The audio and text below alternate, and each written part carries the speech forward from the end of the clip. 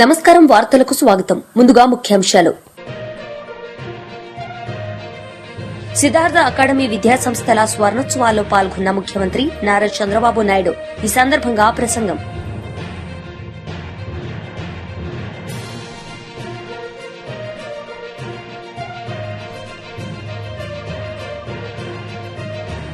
మాజీ మంత్రి పేర్ని నాని మీడియా సమావేశం, పలు అంశాలపై వివరణ.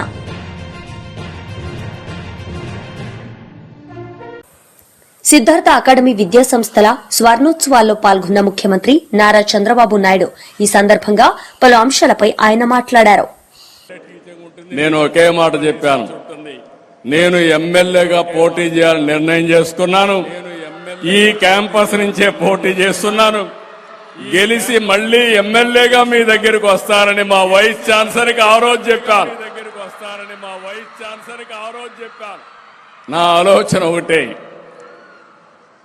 నేను ఒక ఐఏఎస్ ఆఫీసర్ అయితే ఒక ఐఏఎస్ ఆఫీసర్ గా ఉంటా, ఒక ఎమ్మెల్యేగా ఉంటే, ఒక మంత్రిగా ఉంటే ఐఏఎస్ ఆఫీసర్ను కూడా కంట్రోల్ చేసే పరిస్థితి వస్తుందని నేను ఎమ్మెల్యేగా రాజకీయాల్లోకి ప్రజాసేవ చేయొచ్చు అనే ఉద్దేశంతో ఆ రోజు నేను ఆ నిర్ణయం తీసుకున్నా. ఒక నిర్ణయం తీసుకోవడం కాదు, విద్యార్థులు మీకు చెప్తున్నా, ఆ నిర్ణయం తీసుకున్నాక ఆ నిర్ణయాన్ని సాధించడానికి మీరు కృషి చేస్తే ప్రపంచంలో సాధించలేనిది ఏది లేదని మరొకసారి మీ అందరికీ విజ్ఞప్తి చేస్తున్నాను.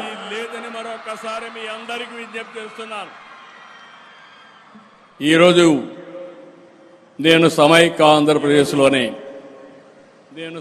ఎన్టీ రామారావు గారు ముఖ్యమంత్రి అయినప్పుడు సిద్ధార్థ మెడికల్ కాలేజ్ ఆయన ఒకటి అడిగాడు, ఈ సిద్ధార్థ మెడికల్ కాలేజీని గవర్నమెంట్ కి ఇవ్వండి, నేను దీన్ని తీసుకుంటానంటే ఒక్క మాట మాట్లాడకుండా, ఒక్క పైసా కాంపన్సేషన్ అడగకుండా పూర్తిగా సహకరించిన సిద్ధార్థ అకాడమీ వారిని, మేనేజ్మెంట్ ని అభినందిస్తున్నా. ఆ తర్వాత అదే కాలేజీని దేశంలోనే మొట్టమొదటిసారిగా మెడికల్ యూనివర్సిటీ పెట్టిన ఘనత నందమూరి తారక రామారావు గారికి దక్కుతుంది. అది ఆయన విజన్. ఆ తర్వాత నేను ముఖ్యమంత్రి అయిన తర్వాత నేను పిలిచి జిల్లాకు ఒక మెడికల్ కాలేజ్ ఇస్తున్నాం, మీరు కూడా ముందుకు రండి. ఆ రోజు మీ దగ్గర మేము కాలేజ్ తీసుకున్నాం, తిరిగి నేను మెడికల్ కాలేజ్ మీకు ఇస్తానని నేనే ఆఫర్ ఇచ్చి మెడికల్ కాలేజీ అకాడమీకి ఇచ్చాం. అది మీ యొక్క స్ఫూర్తి, యొక్క కాలేజీ అకాడమీ యొక్క స్ఫూర్తి, ఒక నమ్మకం. ఆ నమ్మకంతోనే ఆ రోజు మెడికల్ కాలేజ్ ఇచ్చాం. ఈ రోజు నేను మిమ్మల్ని అందరినీ కోరుతున్నా, నేను ఎప్పుడు కూడా ఎడ్యుకేషన్ మీద ఎక్కువ శ్రద్ధ పెట్టాను. సమైక్య ఆంధ్రప్రదేశ్ లో ఒక నిర్ణయం తీసుకున్నాను, ఎవ్రీ 1 కిలోమీటర్లో ఎలిమెంటరీ స్కూల్ ఉండాలి, 3 కిలోమీటర్లు అప్పర్ ప్రైమరీ స్కూల్ ఉండాలి, 5 కిలోమీటర్ల హై స్కూల్ ఉండాలి, ఎవ్రీ మండలంలో జూనియర్ కాలేజ్ ఉండాలి, ఎవ్రీ రెవెన్యూ డివిజన్ లో ఇంజనీరింగ్ కాలేజ్, ఎవ్రీ జిల్లాలో మెడికల్ కాలేజ్ పెట్టాలని నిర్ణయం తీసుకుని దాన్ని అమలు చేస్తే ఈరోజు తెలుగు వారిని మీరు చూస్తే ఏ దేశానికి పోయినా నాలెడ్జ్ ఎకానమీకి చిరునామాగా మన వాళ్ళు తయారయ్యారంటే అది తెలుగుదేశం పార్టీ తీసుకున్న నిర్ణయం అని చెప్పి మీ అందరికి విజ్ఞప్తి చేస్తున్నా. ఈరోజు మళ్ళీ భవిష్యత్తు మొత్తం నాలెడ్జ్ ఎకానమీది. అందుకే మెగా పేరెంట్స్ టీచర్స్ మీటింగులు పెడుతున్నాం, సంవత్సరానికి 2 సార్లు పెడుతున్నాం. రాజకీయాల్లో గాని సమాజంలో గాని విలువలు బాగా పడిపోతున్నాయి, విలువలు కాపాడుకోవాల్సిన అవసరం ఉంది.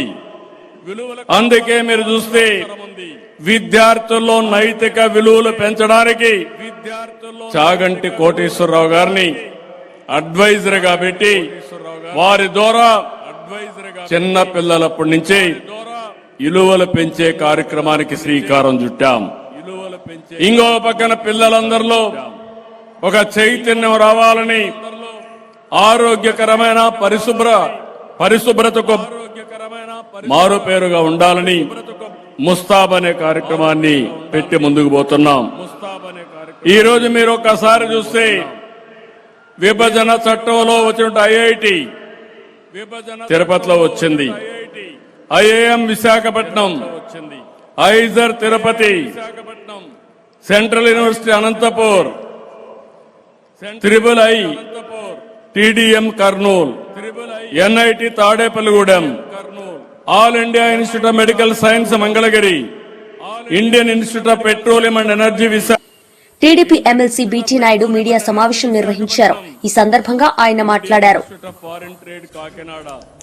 మీ అందరికీ తెలిసినటువంటి సజ్జల రామకృష్ణారెడ్డి గారు ప్రెస్ మీట్ పెట్టారు. ఆంధ్ర ప్రజలందరూ కూడా గమనించుంటారు. మీ ద్వారా ఒకటే సజ్జల రామకృష్ణారెడ్డి గారిని ఒకటే అడుగుతున్నాం. ఏ హోదాలో మీరు ప్రెస్ మీట్ పెట్టారు? కనీసం వార్డు మెంబర్ కూడా కాలేదు, మీరు సర్పంచ్ కాలేదు. కానీ మీరు మాట్లాడేది చట్టసభలు, ప్రభుత్వ విధానాలు, పాలసీలు. మరి మీరేం మాట్లాడుతున్నారా? లేకుంటే మీ నాయకుడు ప్రజలు మన్ననే చీకొట్టి తాడేపల్లి బందీగా ఉన్నటువంటి జగన్ రెడ్డి ఏమన్నా మాట్లాడిస్తున్నాడో మాకు అర్థం కావడం లేదు. ఈరోజు ఆయన పత్రికా సమావేశంలో అయినటువంటి చిలక పలుకులు చూస్తే చాలా ఆశ్చర్యం అనిపిస్తుంది. సొంత పార్టీలోనే నేను చీకొడుతున్నారు. సజ్జల రామకృష్ణారెడ్డి గారు, నీకు బుద్ధి జ్ఞానం ఏమైనా ఉందా? నేను చూసే భయపడే పరిస్థితి వచ్చింది. ప్రజలకు కాదు, నీ పార్టీ వాళ్ళే మాకు చెప్తున్నారు, బయట చెప్పుకుంటున్నారు.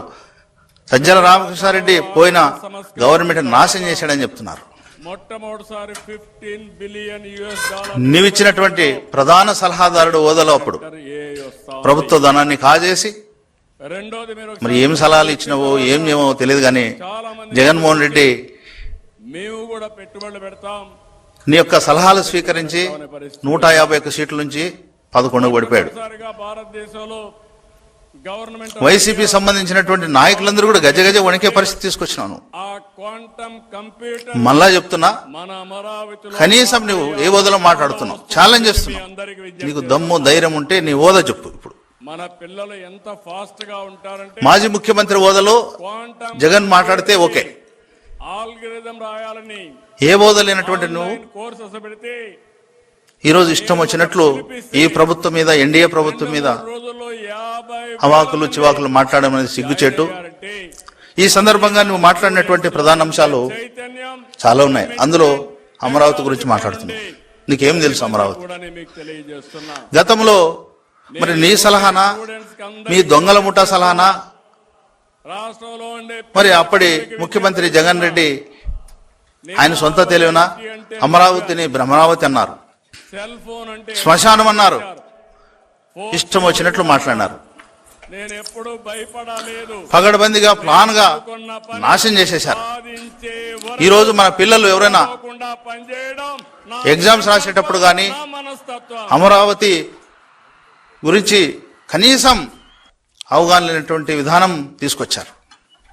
క్వశ్చన్ పేపర్లో కానీ ఎగ్జామ్లో కానీ ఏదైనా ఆంధ్రప్రదేశ్ రాజధాని ఏది అంటే ఏం చెప్పలేనటువంటి పరిస్థితి. 3 ముక్కలు చేసేసావు. 3 ముక్కలు రాజధాని నేను సృష్టిస్తానన్నావు. ప్రజలే నీకు 2 ముక్కలు ఇచ్చారు, 2 డిజిట్లు ఇచ్చినారు. అయినా నీకు సిగ్గు శరణము ఏం లేకుండా నీ మాజీ సలహాదారు సజ్జల రెడ్డి ద్వారా ఈరోజు ప్రెస్ మీట్ పెట్టించి మళ్ళా అమరావతి గురించి మాట్లాడడం అనేది సిగ్గుచేటు. ఈరోజు ఒకటే ఛాలెంజ్ చేస్తున్నాం సజ్జల రామకృష్ణారెడ్డి కానీ జగన్ రెడ్డికి కానీ, మీరు ఎవరైతే దొంగల ముఠ ఉందో ఒకసారి ఇప్పుడు జరుగుతున్నటువంటి పనులు చూడండి. 1000 ఎకరాల్లో కోట్లాది రూపాయలతో ఈరోజు అమరావతి రోజు రోజుకు అభివృద్ధి చెందుతున్నది. దానికి కారణం ఒకసారి మీరు YSRCP state coordinator Sajjala Ramakrishna Reddy media సమావేశం నిర్వహించారు. ఈ సందర్భంగా ఆయన మాట్లాడారు. లైన్ కావాలంటే ఇట్లా పోక వేరే మార్గం లేని, గత్యంతరం లేని పరిస్థితిలో ఆయనకున్న అలొకేటెడ్ వాటర్ తీసుకోవడానికి ఆ వచ్చే నీళ్లు ఎప్పుడు వస్తే అప్పుడు ఒక ఇన్సూరెన్స్ దీనిలాగా రాయలసీమ లిఫ్ట్ పెడితే దాన్ని ఇట్లా కొడుతున్నావు దొంగ దెబ్బ కొట్టారని అడగడానికి జగన్మోహన్ రెడ్డి గారు మీడియాను ఆ రోజు పిలిచారు, అదే మాట్లాడారు. దాంతోపాటు డిఫరెంట్ సబ్జెక్ట్స్ మీద మాట్లాడారు. అందులో తర్వాత నేషనల్ మీడియా అమరావతి గురించి అడిగితే అక్కడ ఎప్పుడు చెప్పింది, గతంలో చెప్పింది, మళ్ళీ ఈ రోజు చెప్పారు, కొత్తదేం లేదు. ఆయన ఆ రోజు అంతకుముందు చెప్పినా తర్వాత నేను ఒకసారి మాట్లాడుతున్నప్పుడు మాట్లాడేది ఇదేనా, ఆయన పార్టీ అభిప్రాయం ఏదైతే జగన్మోహన్ రెడ్డి గారు అంతకుముందు చెప్పింది నేను ఎక్స్ప్రెస్ చేసిన ఉద్దేశం ఒకటే. జగన్మోహన్ రెడ్డి గారు రైజ్ చేసిన క్వశ్చన్స్ మొన్న అది మీడియా అడిగితే రైజ్ చేసిన ప్రశ్నలు ఏవైతే ఉన్నాయో అవి వాస్తవాలా కాదా అనేది చంద్రబాబు నాయుడు గారు కానీ ఆయన సపోర్ట్ చేసేవాళ్ళు కానీ ఆయన పార్టీ కానీ ఆయన మోసే మీడియా కానీ సమాధానం చెప్పాలి. దానికి జవాబు చెప్పచ్చు. ఆయన రైజ్ చేసిన ఏంటి, నువ్వు తొలి దశ 50,000 ఎకరాలు తీసుకున్నావు, ఆ రైతులకు ఇంతవరకు ఏమి చేయలేదు, దీనికి సంబంధించి అక్కడ ఏది చేయకముందే మళ్ళీ 50,000 ఎకరాలకు వెళ్తున్నావు.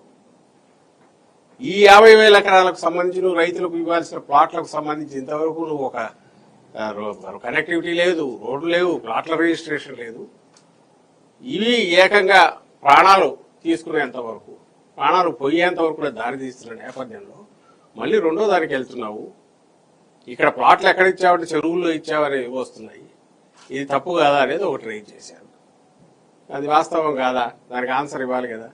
ఇంతవరకు ఏమైనా నువ్వు ప్లాట్లు రిజిస్టర్ చేసావా, లేదా ప్లాట్లకు సంబంధించి ఎవడైనా కొనే రకంగా ఉందా, ఎవరైనా స్పెక్యులేటర్ దాంట్లో ఎంటర్ అయితే కావాలి, లేదా దాని ఏమంటారు స్టాక్ మార్కెట్లో కదా ప్రైసెస్ బాగున్నాయని చెప్పడానికి వీళ్ళే ఇంటర్నల్ గా 4-5 ప్లాట్లు తీసుకొని చేస్తే చేయాలి తప్ప ఎవరైనా. మాజీ మంత్రి పేర్ని నాని మీడియా సమావేశం నిర్వహించారు. ఈ సందర్భంగా ఆయన మాట్లాడారు. ఆర్భాటం నారా చంద్రబాబు నాయుడు గారి ప్రభుత్వం యొక్క దివాళా కోరుతనం. ఆర్భాటం అంటే పబ్లిసిటీ పీకు, యాక్షన్ వీకు.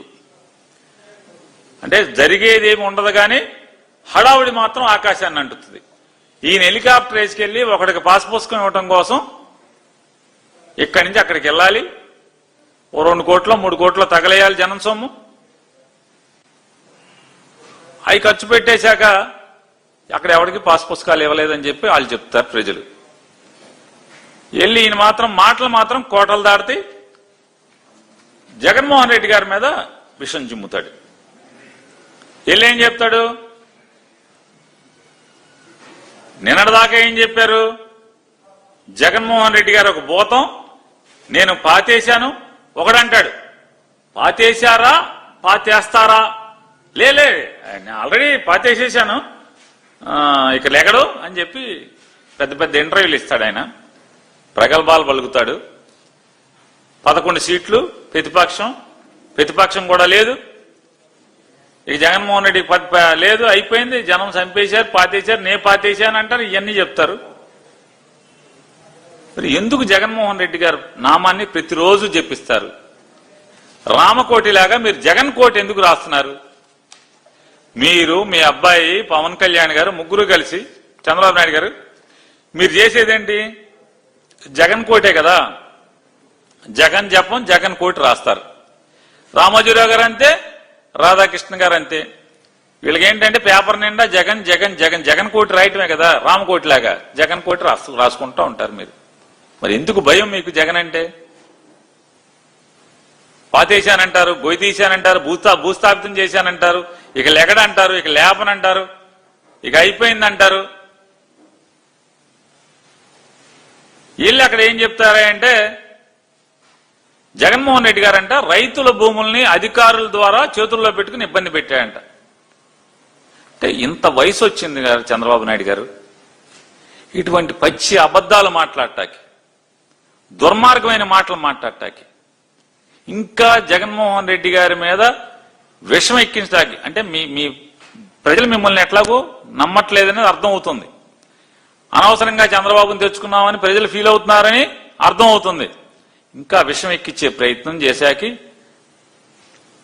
రైతుల భూములను అధికారుల ద్వారా చేతుల్లో పెట్టుకుని ఏం పెట్టుకున్నాడు జగన్మోహన్ రెడ్డి గారు? చెప్పండి, ఏం పెట్టుకున్నాడు? ఎవరి భూమికి ఇబ్బంది పెట్టారు? 22A తెచ్చి రైతులను కష్టాలు పెట్టాలని ప్రయత్నించారంట. చంద్రబాబు నాయుడు గారు మిమ్మల్ని సూటిగా ఛాలెంజ్ చేస్తున్నాను. ఎస్, ఆన్ రికార్డ్ వెళ్దాం. ప్రతిదీ కూడా ఆన్లైన్లో దొరుకుతుంది.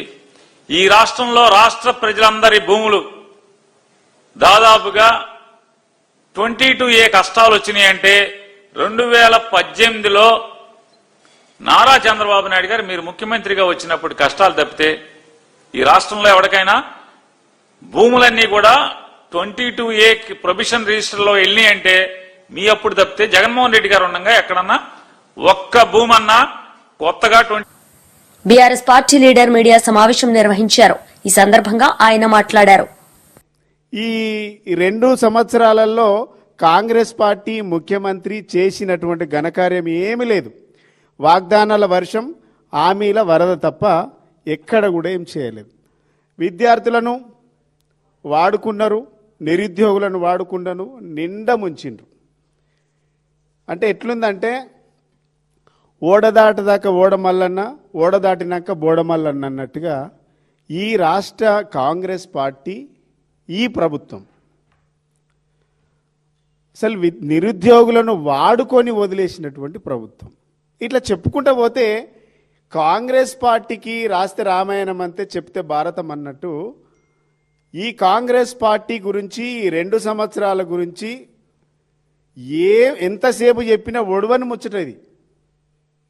ఇలా ముఖ్యమంత్రి గారు ఆనాడు నిన్న యూనివర్సిటీ నిరుద్యోగుల మీద జరిగినటువంటి దాష్టికాన్ని కూడా చూసినాం. మొన్న దిల్సుఖ్ నగర్లో దాష్టికం, నిన్ననేమో నిరుద్యోగులు 100 రోజులలో 2 లక్షల ఉద్యోగాలు ఇస్తామని చెప్పిండు ముఖ్యమంత్రి. ఇక పెద్ద పెద్ద యాడ్లు ఇచ్చిండు కదా. 2 సంవత్సరాలైంది. మేమిచ్చినటువంటి ఉద్యోగాలను ఆయన ఇస్తున్నాం, మేమిచ్చినామని ప్రకటించుకున్నాడు తప్ప ఇప్పటి వరకు ఎన్ని ఉద్యోగాలు ఇచ్చిండ్రో, నోటిఫికేషన్లకు ఎన్ని ఇచ్చిండ్రో ఇప్పటి వరకు ప్రభుత్వం ఒక వైట్ పేపర్ రిలీజ్ చేయలే. ఊకే చెప్పుడు కాదు.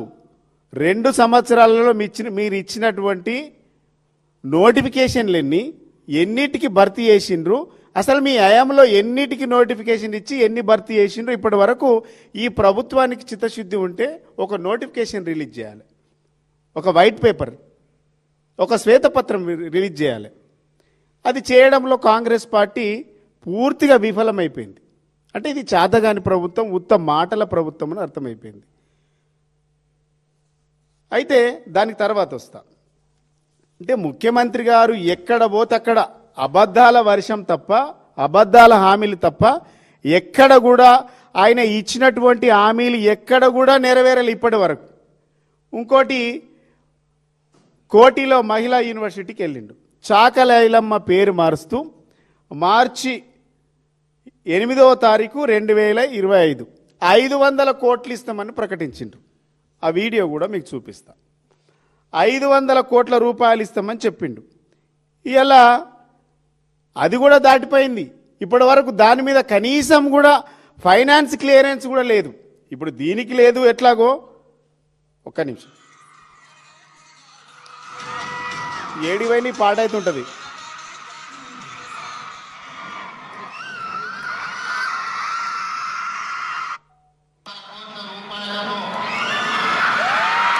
వార్తలు ముగించే ముందు ముఖ్యాంశాలు మరోసారి. సిద్ధార్థ అకాడమీ విద్యాసంస్థల స్వర్ణోత్సవాల్లో పాల్గొన్న ముఖ్యమంత్రి నారా చంద్రబాబు నాయుడు. ఈ సందర్భంగా ప్రసంగం.